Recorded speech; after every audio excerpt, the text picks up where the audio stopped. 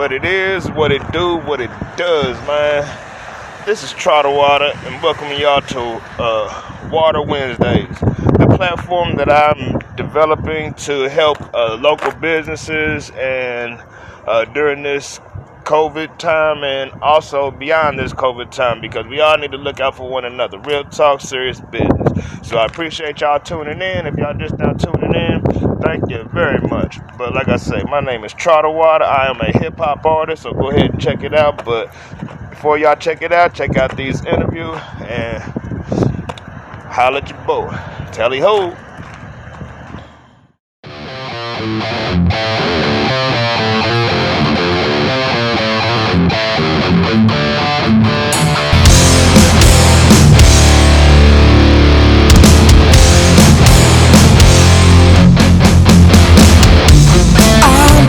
Words on an empty page, and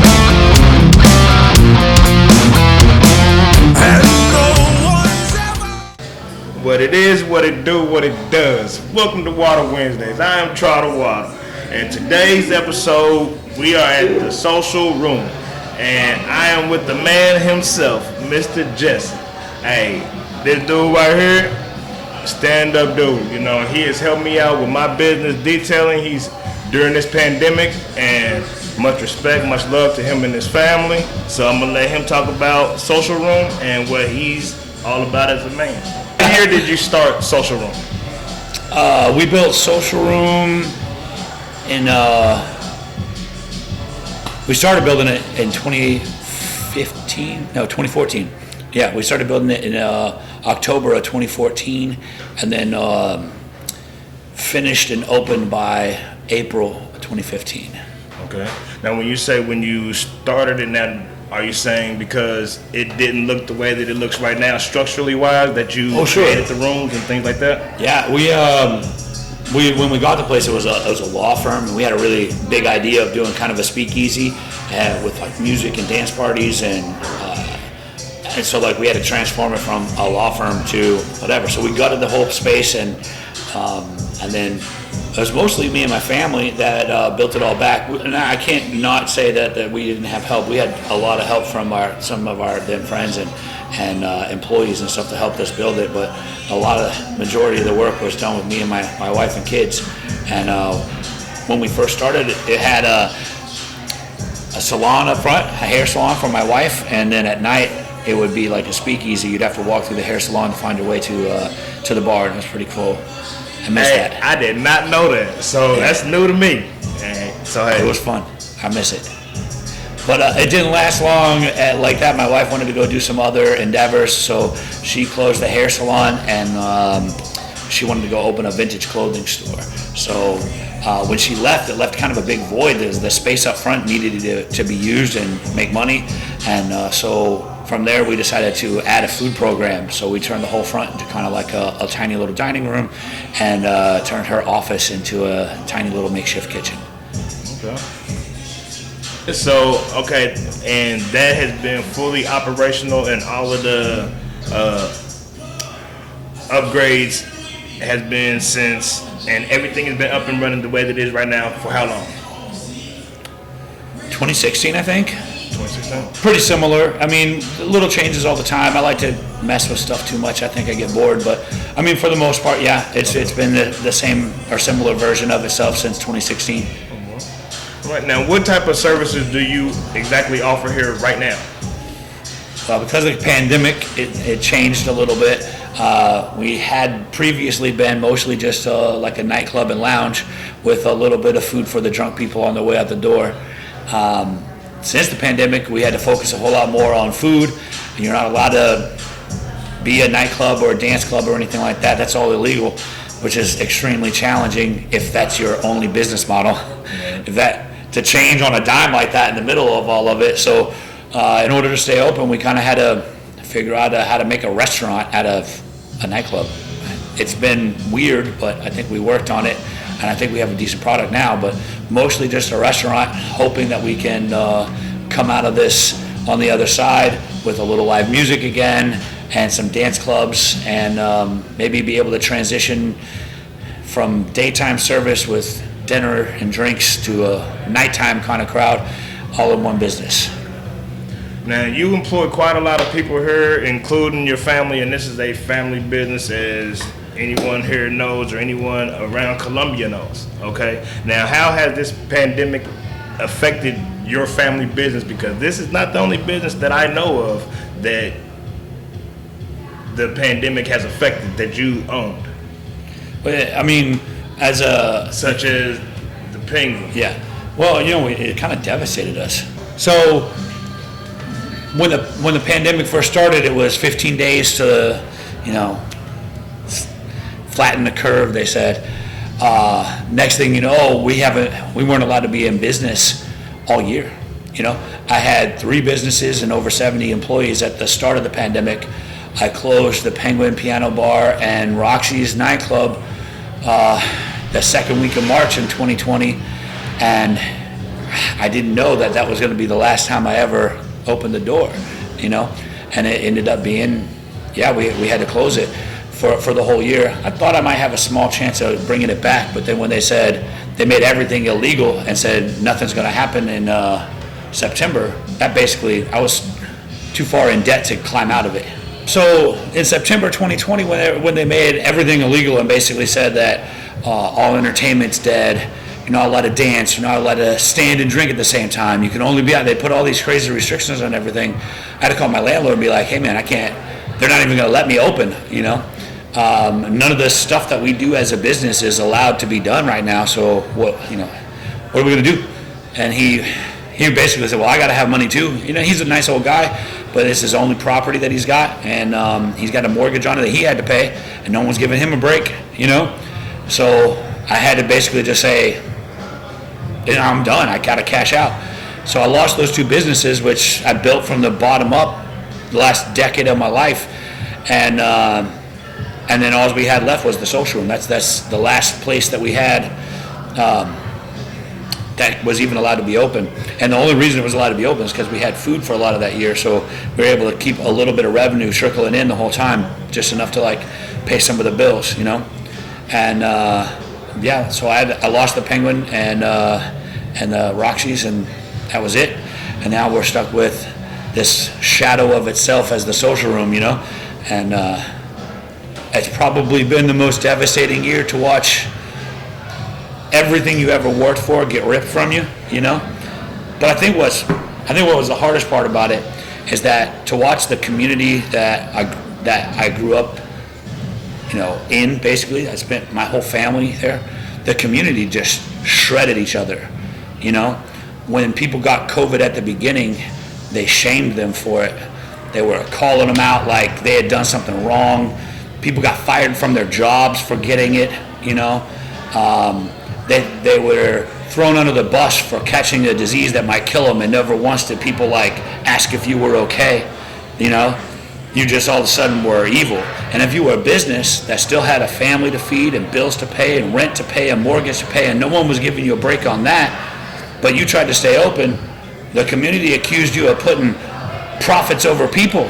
And you're like, man, I'm just trying to feed my family. You made everything I do illegal, so somebody got to help me out. They didn't want to help you out. They just wanted to blame, and they blamed the smallest group of people in the whole, we didn't start this pandemic, and we were hardly the cause of it or even the perpetuator of it. Regardless, it's a dangerous thing, and we all get it, but man, they really threw us all under the bus, and we're just like, sucks to be you. Yeah. You know what I mean? And as part of that nightlife, I work in the part of that nightlife. Not anymore. And not anymore, and what he's talking about is not just his business trying to stay alive, but also the people that he employed to be able to pay their bills. I'm one of those type of employees who, during this time, is affected by it, so, but yeah. I mean, they gave you a little bit of a government handout here and there, and it was very specific on how you could spend it. They give you X amount of time. But that money ran out in October. You had till October to spend the money that they gave you, okay? And then it's winter. It's the slowest time of the year. You haven't been allowed to be open. There wasn't any more handouts. What are we going to do?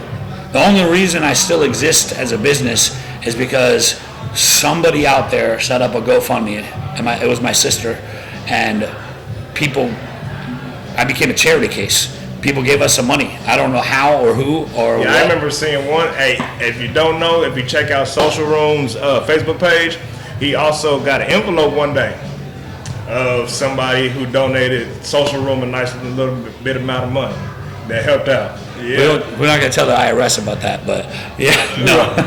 that was a donation.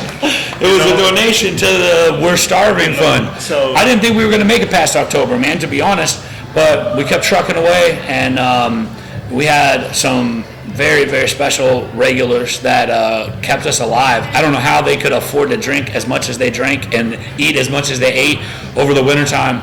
But if we didn't have those 20 or 30 people that were coming in every day, there's no way we would have made it past. Couldn't even make it till Christmas, you know, much less survive as long as we did now. We are quite literally only here because of the charity of a few select people. And I don't think that the vast majority of our community or even America understands that the pressure that they put on families like ours. We can't just go find more work. You know what I mean? There's not 30 million jobs out there for all the industry people that got displaced during this whole thing. So throwing them under the bus really was just heartbreaking. So, okay, I'm pretty sure because of everything that has happened, it kind of does put a damper on a person's spirits. Okay, now what has been the best part that you feel of you continuing to keep Social Room open? Because I know there's been times where you've questioned whether or not you should. But what has been the best part about you keeping it open that you found to continue to keep it open? Why? Like, This is my family. That's it. That's the only thing I got left. Is I realized that everything else isn't important, like the businesses, and even all the other people. I don't trust anybody anymore after all the hurt that we went through this year. I don't trust anybody outside of my family, for sure. There's been a few good people, but the one thing I could count on this whole time is my family. You know, they were there for me and I was there for them, and we held each other up in all the bad times, through all the tribulations that we had to go through. When everybody else let us down, we had each other's back. I taught my kids some valuable lessons about it, you know. They saw neighbor go against neighbor this year.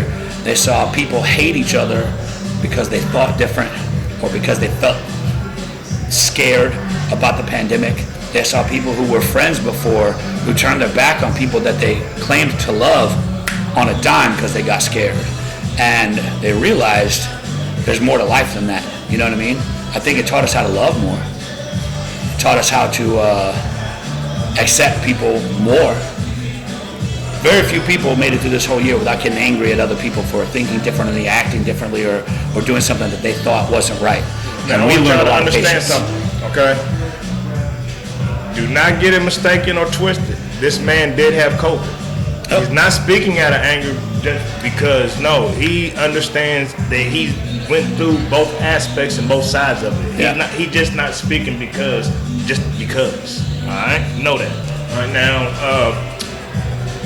if you had one thing that you could say that you haven't said already that people don't know about you, your business, your family, Social Room, what is it that you feel that you want to? I never wanted to have a nightclub. I don't give a shit about nightclubs, bro. I've never been to one in my life. Never. I went to a nightclub one time where I brought my staff to one. I bought them bottle service in a big Vegas nightclub so they could see what it's like. And otherwise, I don't care. I never wanted to have it ever in my life. I had to do what I got to do to pay the bills. I wanted to have a music venue. Okay. Now, it turns out I'm decent at running both. I can do it all.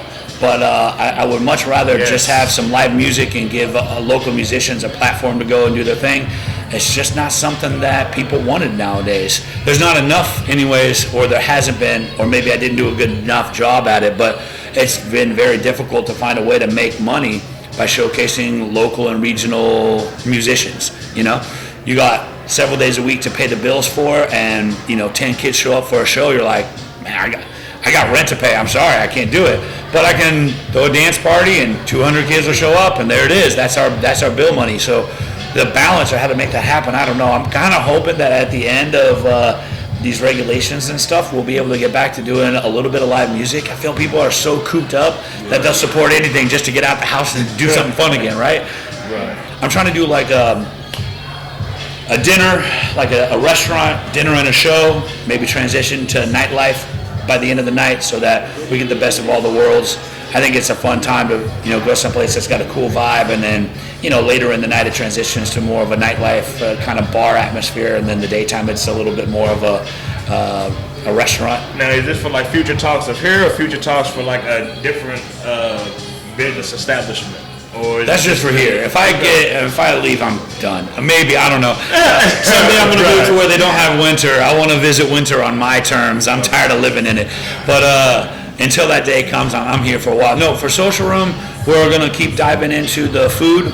I think we put together a really awesome food menu. They do. We hired some new chefs. We spent a lot of time and energy investing in a food program that is ours, and it's a little unique, and we put our own spin on it. We really like it, and I don't want to lose that just because we're allowed to stay open at night, just because the dance parties are allowed to come back. So we're going to probably invest in a real kitchen, something that's not makeshift. We can put something together that's like that'll set us up for success with a good food program, and then transition and also still have the nightlife and stuff. So I'm fingers crossed we'll be able to make it all happen, hopefully by the end of 21. Well, hey, I appreciate your time, and hey, it's been real. Appreciate you, man. Thank you. This guy, I love this guy. Support local, and hey, a good dude. Him and his entire family. All right. So until the next time, holla at your boy and tally ho.